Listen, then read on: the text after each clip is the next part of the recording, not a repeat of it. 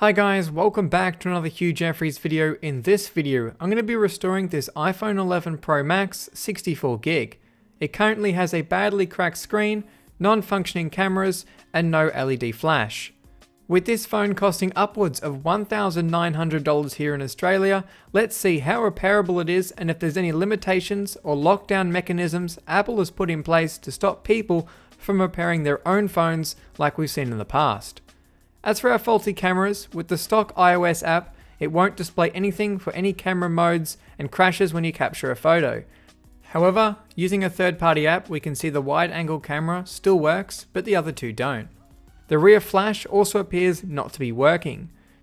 In settings, we can confirm this is a 64GB iPhone 11 Pro Max on iOS 13.1.5 and is actually still under Apple warranty until early next year. I did purchase this phone off eBay a couple of months ago. Included with it, I got the fast charger, USB-C to lightning cable, and the phone itself, which was packaged in half of its original box. What happened to that other half, I don't know. But before we get started, I'd like to thank my mates over at iFixit for sending across some parts to make this video happen. If you're looking for some parts, tools, or guides, be sure to check them out. I'll leave a link down below. What we have to fix this phone is a new display, camera, and adhesive for that display panel. To begin, I'll need to shut down the iPhone and remove the two Apple-specific pentalobe screws from the bottom. I can then use a heat gun to soften the adhesive under the display. In doing this, I aim to be able to lift up the display using a suction cup just enough that I can insert a plastic pick.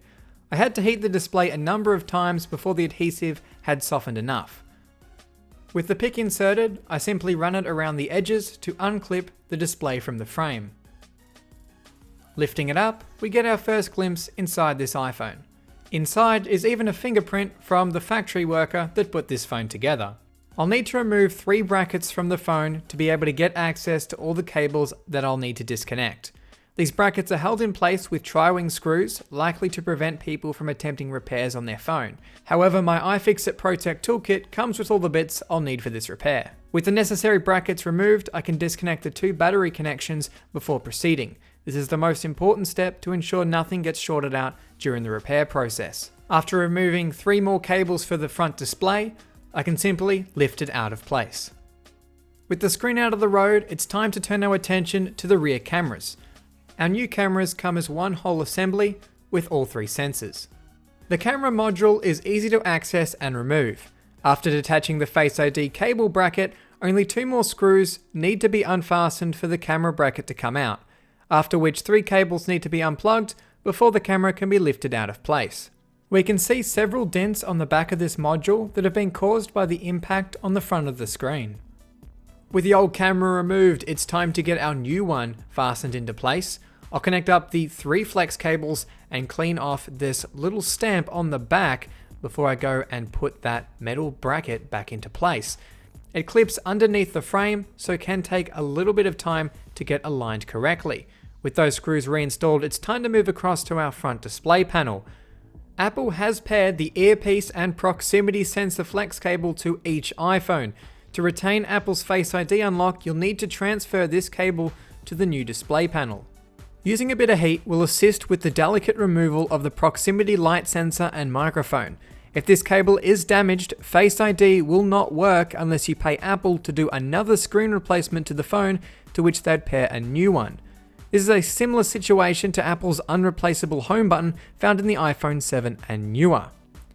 For our new display panel, we've got this one here from iFixit. Pulling it out of the box, you can see that it does not have this earpiece cable attached to it, so we'll need to screw that into place. The installation process is a lot less daunting than removing it, as you only need to press everything back down and reinstall 3 screws.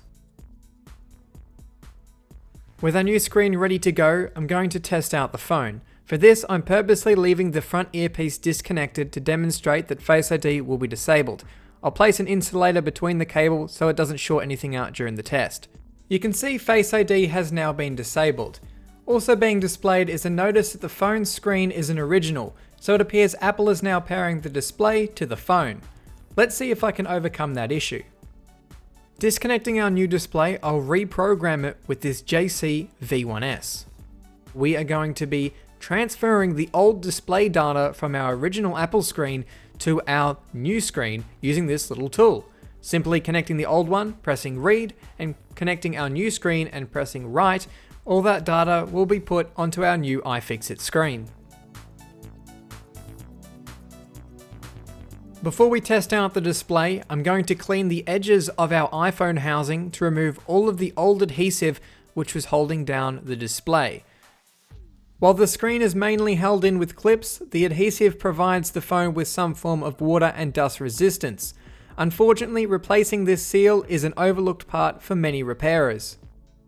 Getting out our new adhesive, we can apply it onto the phone, making sure to align it correctly and press it down into place with a spudger. Removing the top layer of protective film from the adhesive will allow us to reconnect our new display, connect up our battery, and reinstall the remaining brackets.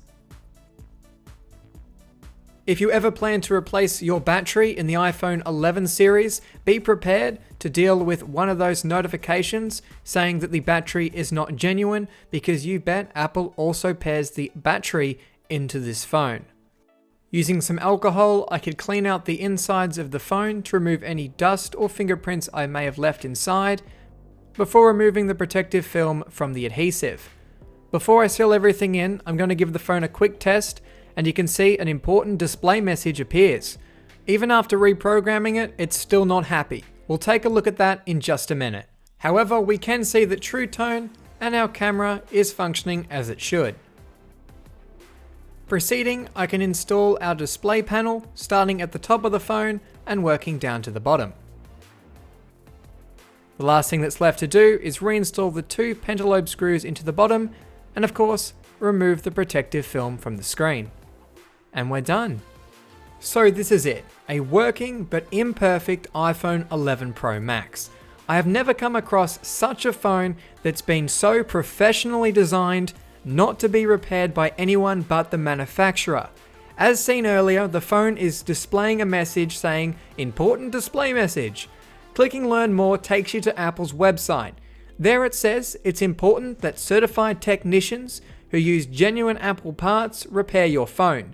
No uncertified Apple technician can purchase genuine parts, and even if they used a used genuine part, the message would still appear as each screen is paired to the phone. Therefore, the phone isn't determining if the screen is a genuine part, it only knows it's not the paired one. Further on, they explain issues that can arise from low quality screens, which for the most part is a fair statement. However, they also claim True Tone doesn't function on a replacement screen. This has nothing to do with the replacement screen itself, but just Apple disabling it when the screen is replaced and has a different serial number.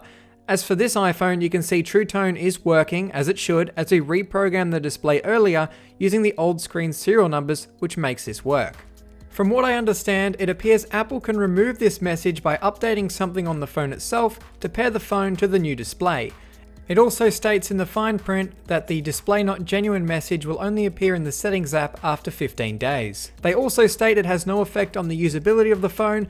However, as we saw earlier, replacing the earpiece flex cable or Face ID cameras will disable Face ID, with only Apple being able to reprogram it.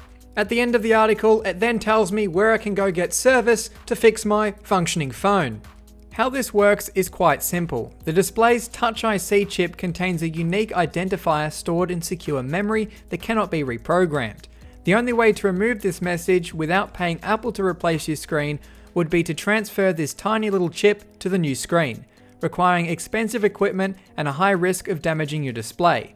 The same issue arises with the battery in this phone, which would display a similar message and disable Apple's battery health readings. I haven't replaced the battery in this phone as it's still at 96% health. In my experience, I've found they pair almost everything on the inside.